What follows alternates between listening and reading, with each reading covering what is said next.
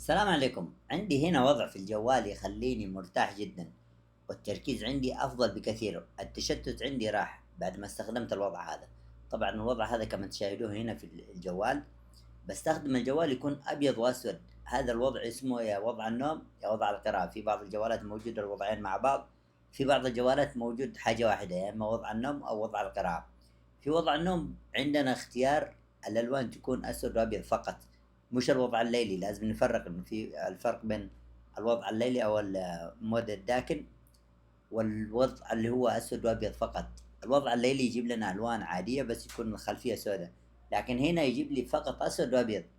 التركيز هنا كما تشاهدون الفيديوهات لما أطالع فيها ولا شيء، ما هي زي ما أطالع فيها لما تكون ملونة. لما تكون ملونة أحس إنها تشتتني، أحس إني مركز جدا فيها. لكن لما تكون أسود وأبيض عادي، أقلبها وأروح فيها وأطفش من التيك توك وأروح أي مكان ثاني وأروح لمكان القراءة وأقرأ عادي كأنه كتاب عادي. لكن لما يكون بالألوان غير إنه التركيز عندي كله في تكون داخل الفيديو. غير كذا النظر يضر النظر لما يكون ألوان. لما يكون أسود أبيض حتى النظر يتحسن، النظر يكون أفضل. هذا وضع جدا ممتاز. هنا كما تشاهدون عندي موجود في الإشعارات، كان عندي تحت ورفعته لفوق. هنا كما تشاهدون عندي موجود وضع النوم، في أي وقت أشغله وفي وقت أطفيه عادي، ما عندي أي مشكلة. هنا كما تشاهدون إذا لمسته بس لمسة كذا واحدة بس خلاص ينطفي، خلاص يرجع لي الوضع العادي، وأرجع أشغله من نفس المكان. طبعا هو كان تحت ورفعته فوق علشان يكون عندي أسهل طريقة للوصول له. بعدين هنا كما تشاهدون عندي الوضع هذا في فرق هنا عندي لازم أركز في الوضع الليلي.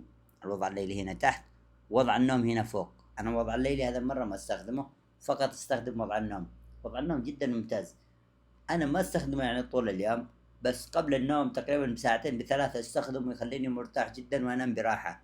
وبعد ما أصحى من النوم يكون شغال وأشتغل عليه عادي طبيعي، ما في عندي أي مشكلة.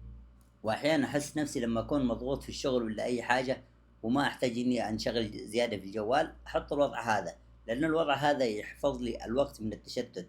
لما اطالع في الجوال ولا شيء ما اتشتت في بنفس الالوان.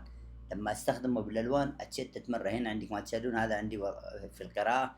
في القراءه جدا ممتاز ومريح جدا، كاني بقرا في كتاب ما كاني بمسك جوال.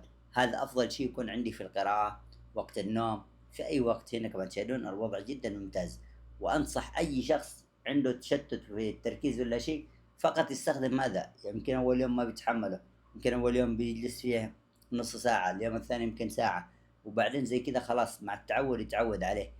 ليش؟ لأنه الوضع هذا مريح جدا، بيحس إنه كان بيحمل حمل ثقيل من الألوان. لما شغل الوضع هذا خلاص الألوان هذه كلها راحت، نزل من كاهله حمل ثقيل هي الألوان هذه والتشتت. هنا عندي بعد ما استخدمت الوضع هذا لاحظت فرق كبير بالنسبة للتركيز، بالنسبة شو اسمه للوضع البصر، بالنسبة لحاجات كثيرة جدا. أنصح كل شخص إنه يستخدمه.